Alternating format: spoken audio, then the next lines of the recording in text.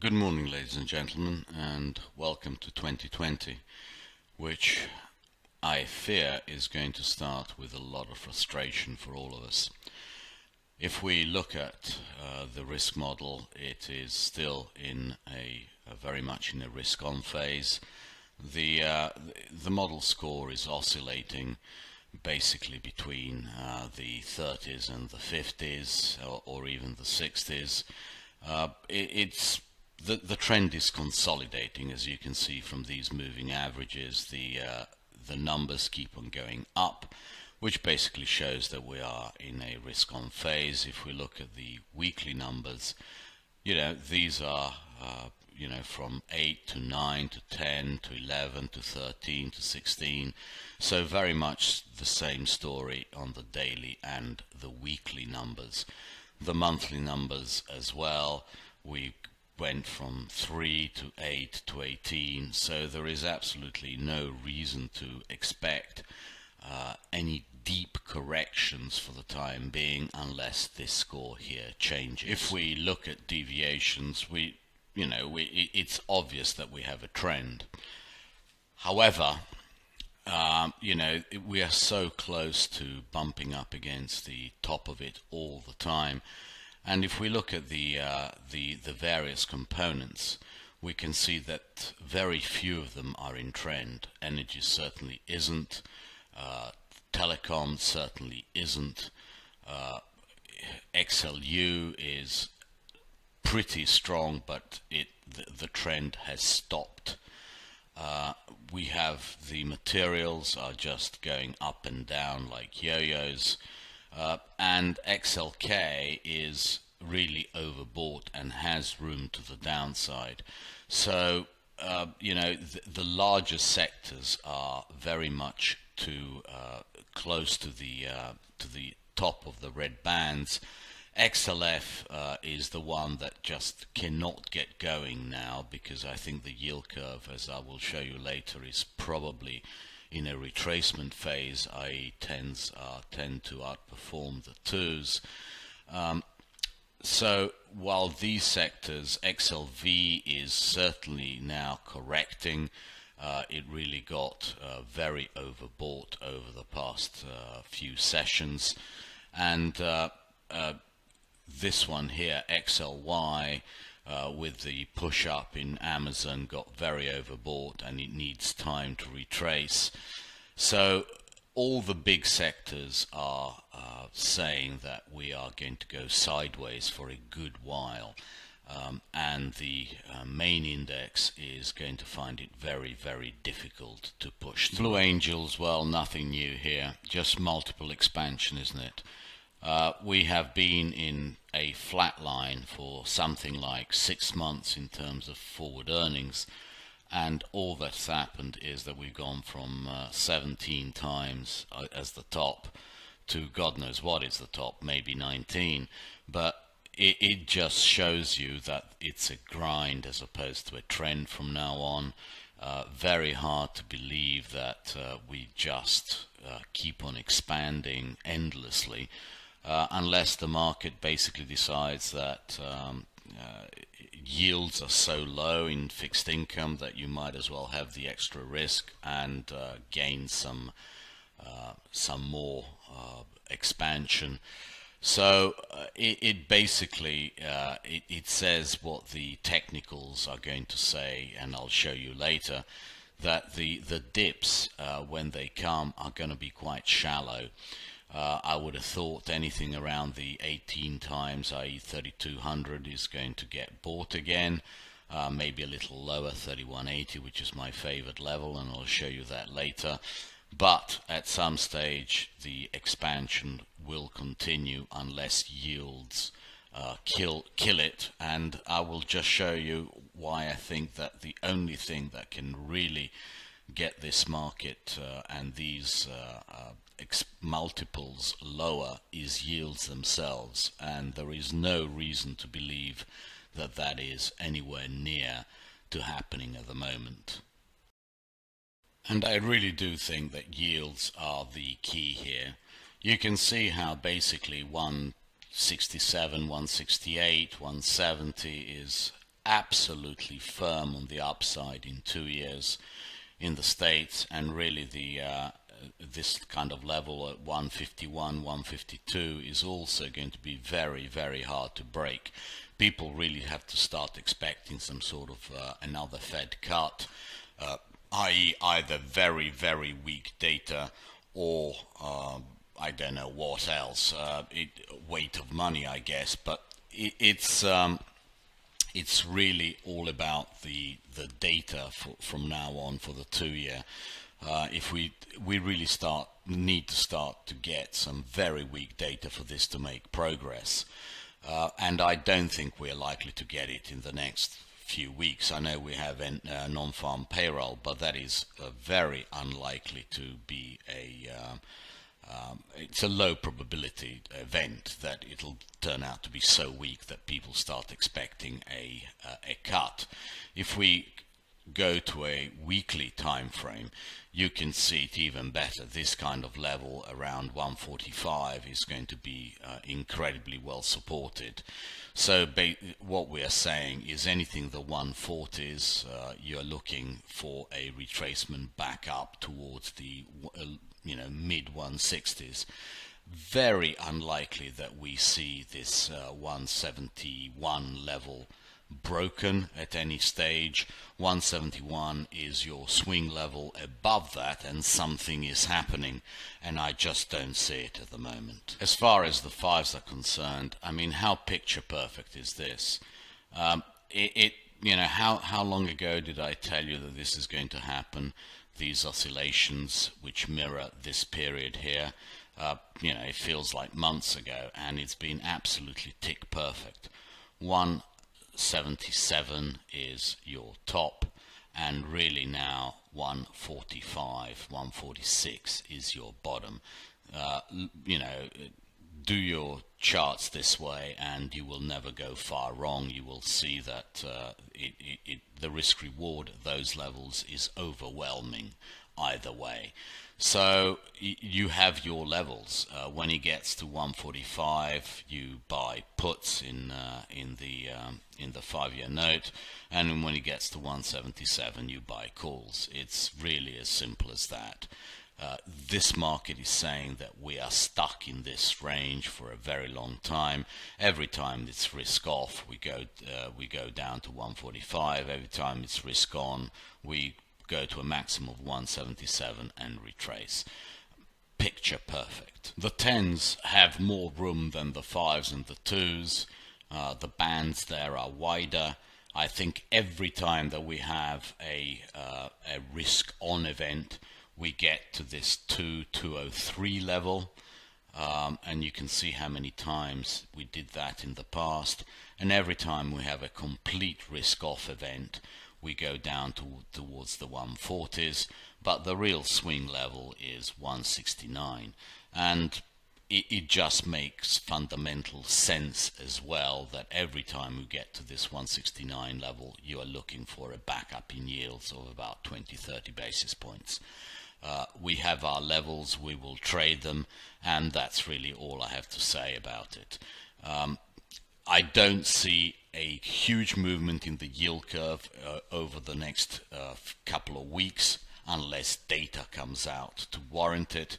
To me, now we're in a consolidation phase of we made our money in the 2s and 10s and the 5s and 30s, and now it's unlikely to move very much. Every other related market like gold, like Russell, is saying no, the timing is not yet.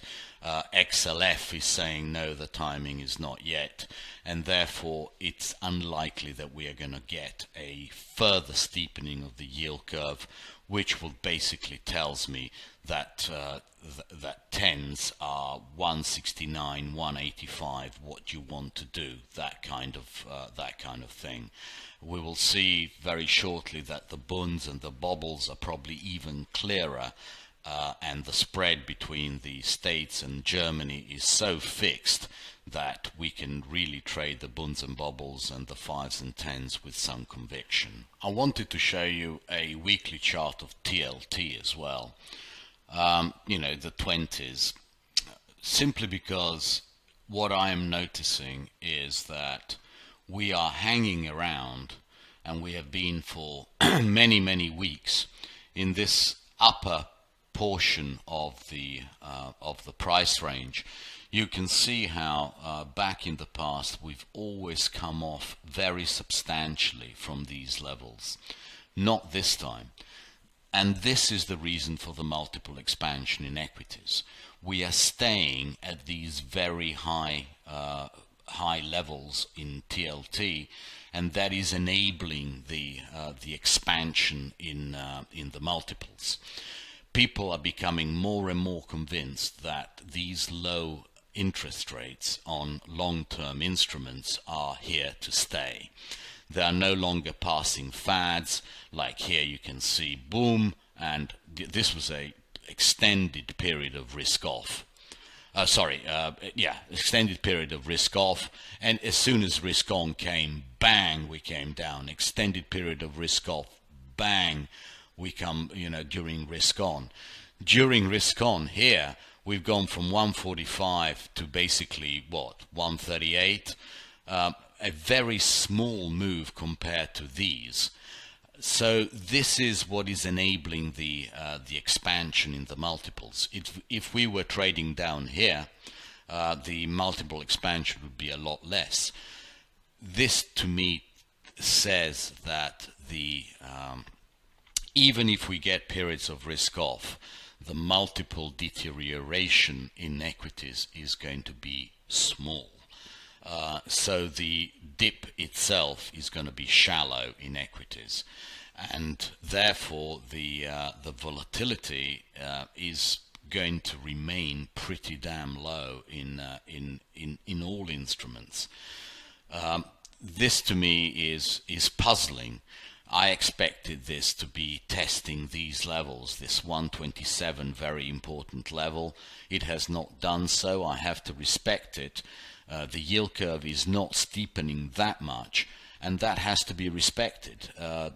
It looks like the market is definitely stuck, and we will not see that times 15, times 16 multiple anytime soon in equities, because the TLT is just not allowing it. I want to bang on about bonds because I think the bond yields are absolutely the key to probably the whole year. This is the bubble. You can see how this minus 48 area is a wonderful risk reward, and anything through it is just a gift. I think that throughout 2020 or for many weeks to come, we will be trading this kind of minus 48 to minus 61 level. Minus 61 makes fundamental sense because nobody expects less than minus 60 in terms of the level that the ECB wants rates to be at, and to have a completely flat curve at negative rates. It makes sense because they've told you that they're not going to hike for many years. So the 5 years, 2s and 5s, if they go back to minus 60, that's perfectly all right. This to me makes sense. Anything above minus 50 is a very high risk reward proposition, and something that you want to be involved in for this move back towards the minus 60 neutral position. Bunds minus 21 to minus 38 for the time being. I think these levels are gifts, and you want to come back down to this minus 38 level below there, and the market is telling you that we are in a risk off phase. But I will bet my bottom dollar that we see minus 38 many times this year. It's just that kind of a market. It tends to mean revert to some neutral level. If we put in some Bollinger Band indicators, you can see how how beautifully it's gonna catch it down here when it turns a little bit during some risk off phase to me that is just a beautiful level, and I think we will trade both of these levels many times this year. And the spread between the Bund and the 10-year note is absolutely stuck. 210 is the level that trades basically. And that is why we don't have a trend in DXY, because this has been stable for something like 3 months now. So it's unlikely that that DXY can get any stronger. In fact, probably people can deflate their way out of it a little bit. We'll look at that later, but this is telling me that we are here for a long time, probably 6 months or so. So if this is not going to move, we have our ranges set for the yield curve in the US. We have our ranges set for the yield curve in Europe. This spread is rock solid. That keeps DXY pretty much constant. And also what it does is enables the multiple expansion, or at the very least it says that the multiple expansion is not going to get reversed by very much, which basically means that dips are going to get bought in equities. It's all tying in together. It's taken me a long time to figure out DXY, but the best I can describe it as is that it's trading like a bond. It's trading from yield level to yield level. Here it's going from price level to price level.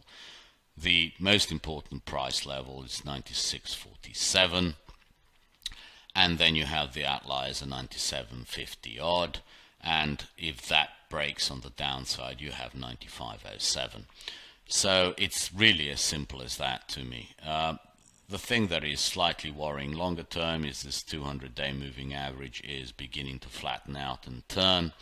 But, let's not anticipate that. To me, every time it gets here to 97.50 and then 97.87, so anywhere between these two levels, it's time to fade it and look for a return over the course of several days back to 96.50.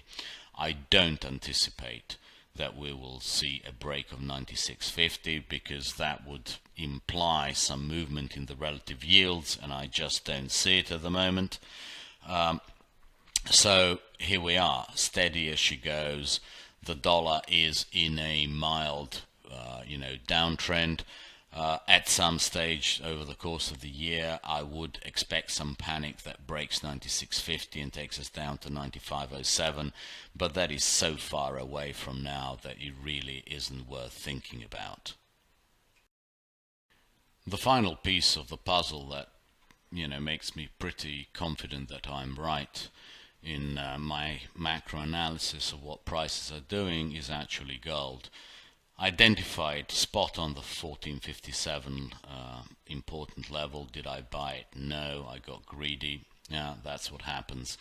I don't expect the price to go up very much yet, but what it's telling me in this price action is that I'm right in my TLT talk that I gave a little bit earlier, that TLT just isn't going to go down very much.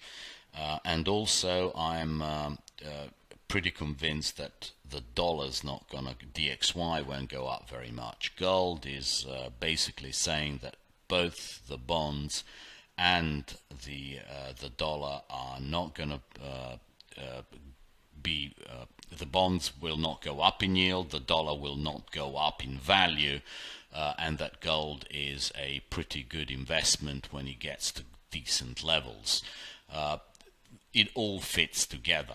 Now, some people say that gold can't go up with equities going up. Well, I don't think that is at all a relevant suggestion. I think the gold is going up because bond yields are firm at very low, are staying at very low levels, and the dollar is not rising in value anymore. it's found very much a ceiling, and therefore if that is the case, gold is going to be strong and equities can continue their multiple expansion, with gold even going up to 1700. I really don't see a problem there. So yes, anytime it comes back towards the 1500 level, I guess I'm a buyer. Eventually gold will break higher, and it looks like bond yields are going to be lower for longer.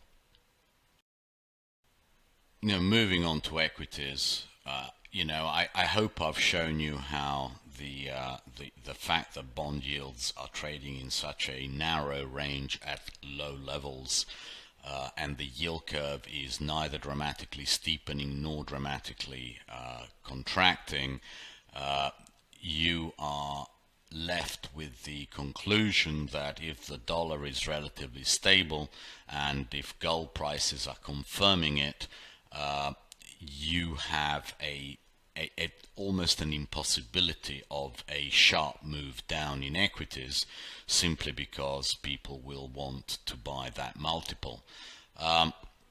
And that is exactly what the charts are showing you in, we'll go from the lowest time frame that I use, 195 minutes, so I get 2 bars per day.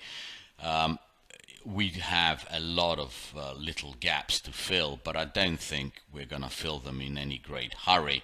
I think that the levels around the 3200 or 31, let's say this gap 3206 is the first level to buy, and we will see in the other time frames what the other levels are. But we are just not breaking any of the moving averages. I mean, on this, the lowest time frame, we're still staying above this middle moving average, which just confirms that the trend is still up. If we go to a daily chart, we can see that it's just not breaking even, with all the news, relatively bad news that we're getting, we're not even breaking this upper moving average. And the next level, that if we do break that one, that we go down to, is like 3185.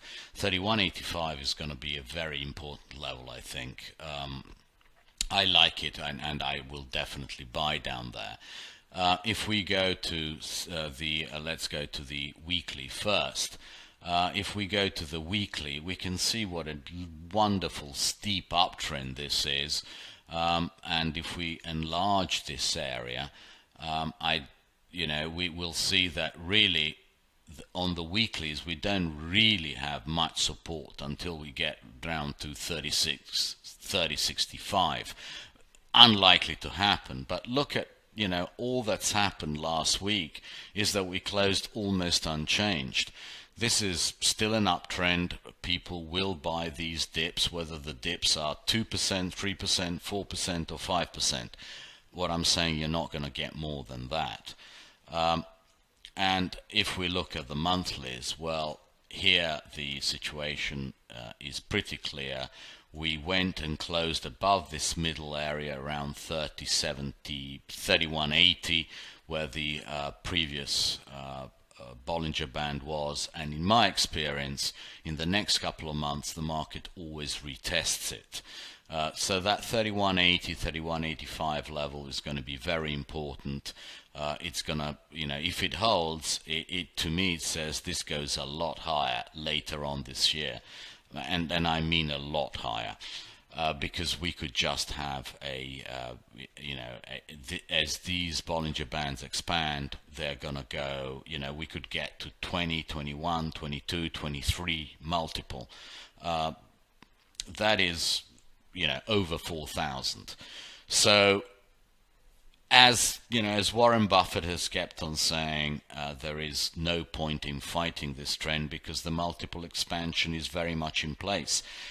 I keep on banging about bond yields, but think about it. If 30-year yields, and let's say that those are perpetuals, let's call them perpetuals, are stuck around 2.5% for the next, I don't know how long, Well, if you tell me that bond yields are not going to move very far away from 2.5% for the rest of my life, I'm going to tell you that equities are very cheap. I will tell you that I will easily pay 3,500 on the S&P, and I think that is what the trend is saying. The retracements are going to be shallow. I really don't think that any time this year we will see anything below the 30, this kind of level, 3,000-ish. I just don't see it. It would have to be data that does it. Certainly if the US economy starts going off a cliff, no question we will see it lower. But it's unlikely to happen in an election year, isn't it? And therefore that is why these bond yields are so important, and we have to watch them like hawks, because every basis point that they go down or they don't go up when they should be going up is more fuel to the equity rally. Okay, last chart, promise. EEM. Okay, if you follow my logic and you say that and you agree that it's the bond yields that are enabling the multiple expansion, and you agree that the dollar is now in a stable phase or possibly even declining, which gold is like confirming both those theses, then why would you pay 21, 22 times multiples on companies where you can buy them at 13? So what does that do? That is EEM, isn't it? It's you go to where those multiples are the cheapest, and that is definitely EEM. Now, when you got down to the 42 level, I said it's great buy, it's going to trade 45, and we have our level, whether it's 45.04 or 45.12 like on this chart, it really doesn't matter. What matters is the direction of travel, and the direction of travel, I think, is up here towards 52. Where are the dips? Well, the first dip is on the point 382, 44.32, and really the most wonderful dip is here around the 43.40 level, 43.43, something like that. Those are the levels that if we do see them, and there is a decent chance that we do see them if the SPY trades around the 31.80 level. Those are wonderful levels to buy calls on call spreads for the longer term, because the logic is inescapable. The logic is that EEM will outperform at some stage simply because of weight of money. You can see how on the weekly chart moving averages are turning up, daily chart moving averages are turning up, a little bit of, a few weeks of consolidation below 45, and one day you won't see it for dust above it. That is what the logic of the macro is saying at the moment. Finally, to the biases. Well, I've left what I wrote last time, unlikely to go above 169. Well, it didn't. Range is 151, 171 there. What do you want to do? In the fives, I've basically left what I wrote last time so you can compare it. 146 is going to be your low in the fives. The yield curve, well, we're going to have a few basis points off. I think it all looks like there's a mini risk-off phase going on within the broader risk-on phase. Something that's going to drive the S&Ps down towards the 3180, but that's what, 1.5% from where we are. You can see how mini this phase is.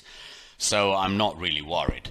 You've got the levels in the bonds and in the bobble and the bund, and really these levels are the ones that tell us that we are still in the expected range phase. If we start going through them one way or another, those are very, very strong alarm bells that something is going on. You know, the Bund to me is going to be the best one, because minus 22 I said is excellent risk reward, and it turned out to be 0.382 now. 0.38 should now hold. I don't see any reason for it to go through. But to me, this is what I wrote, and this to me now, this 3180 level becomes the low. To me, it is unlikely that this is going to be broken on the downside on a closing basis. Having gone through it, to me, 3180 is going to be the low. As a result, I just can't see VIX doing anything but trending down, and really swinging wildly between when it goes into risk off. You know, the speed of the move in VIX is going to be very fast on the upside, because people just go in there and start hedging like crazy. But the effective move in VIX is not going to be that large, because the bottom of the equities is going to be so close, because everybody's hedged, and basically that's what I'm looking for. DXY 3790 to me, 3770 is really sorry, 9770 is really as far as the DXY can go on the upside, and that 9550 level is absolutely key. And anything below that on a weekly close basis, we are looking for some trend change longer term, but I don't think it's happening. I just can't see it. EM, I think, could be the big mover this year, because if I'm right, and I've explained to you the thinking, this is cheap. This is very cheap, and any kind of retracement down into the 44s or 43s is going to be a very attractive risk-reward proposition. Thank you very much indeed, and tweet to you on Monday.